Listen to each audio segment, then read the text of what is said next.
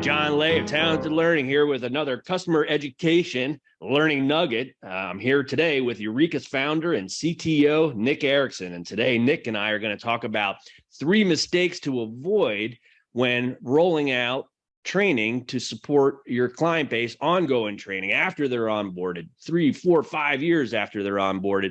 What are the programs of customer education look like at that stage of the customer life cycle? So those have been following along on our new series here of customer education learning nuggets. You know that we like to talk about the life cycle of customers, of using education strategically to first attract new clients and then to successfully onboarding. But once they're onboarding, how much education do they really need, and what type or what flavor?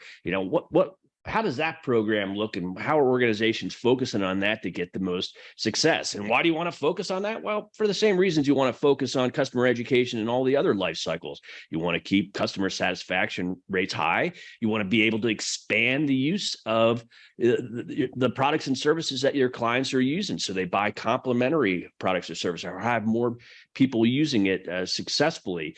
You also want to roll out new products and services and features and things all the time.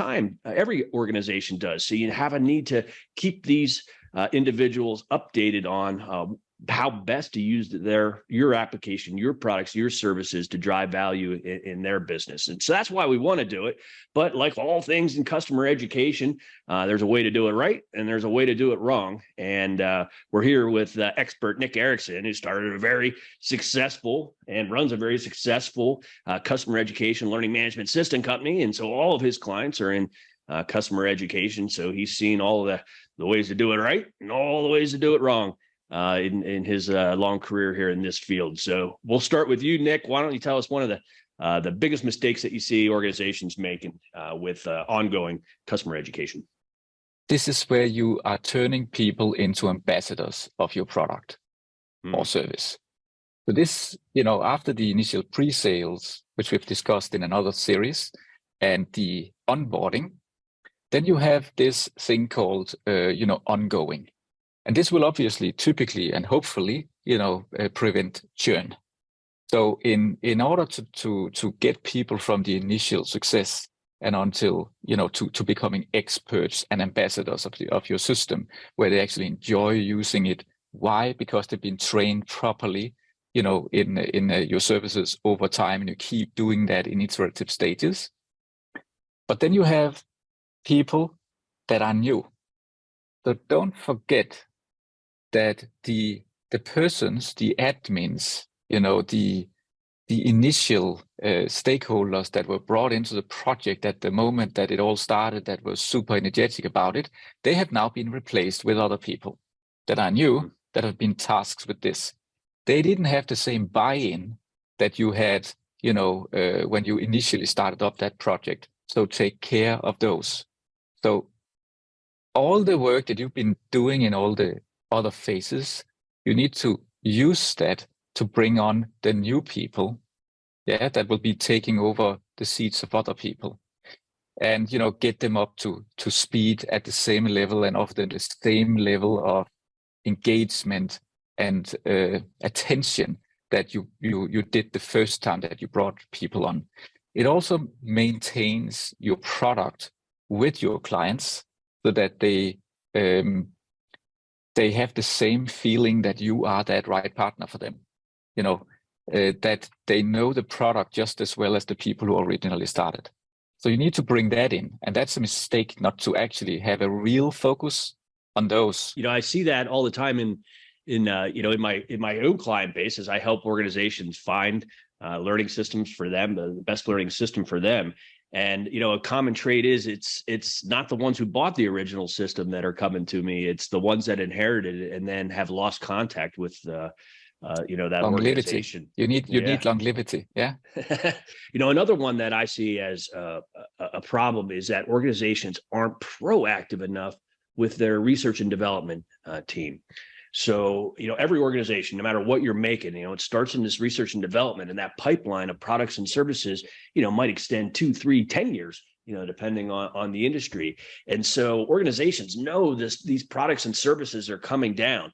And so customer education needs to work upstream as far as they can into that process so that they have visibility to what's coming down so that they can start developing programs, content, because you're going to need it for your knowledge base. You're going to need it for your in-product help in a lot of cases. You're going to need that same knowledge for onboarding and for the other cycle, the pre-sales cycle. So all that education takes time to make and to make it adaptive and to make it good. And so the further you're up in the R&D and understanding that, and the tighter that you work with them, the better chance you have of having all this ready and be able to hit the ground running. How about you? Why don't you wrap it up with a third mistake to avoid? Picking up on that one, and then you would be starting to look into meta level analytics, because at some point in this period that you're doing, this is where you're collecting real data.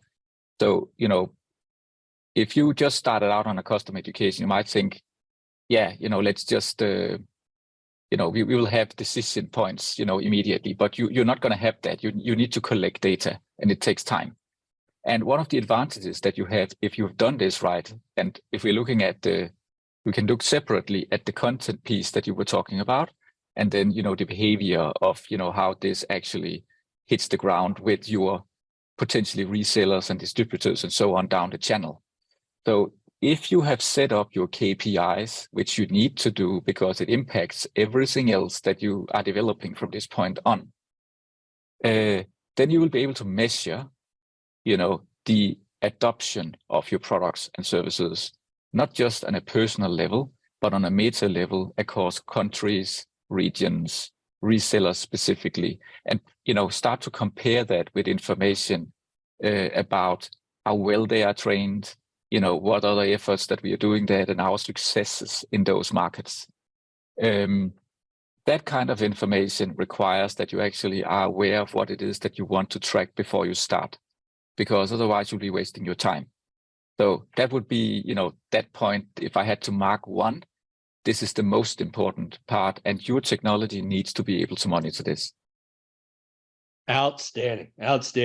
I completely agree. And there you have it, folks. There's 3 mistakes to avoid when providing customer education during the support phase of the customer life cycle. Number 1 is remember that the owners, the people who bought the system, they're going to cycle out to new companies, new positions, new departments, and the team that replaces them needs to be onboarded and trained, or you're going to have a drop in customer satisfaction and a drop in efficiency and maybe a non-sticky situation where they go find another home somewhere else and contact a consultant like me for help doing it. The second one is try to move upstream with your research and development and become more business partners with them so that you can maximize the business life cycle of the new products and services out there and their effectiveness in the marketplace. Don't do that. And, you're always going to be on your heels reactive for how long it takes to develop content.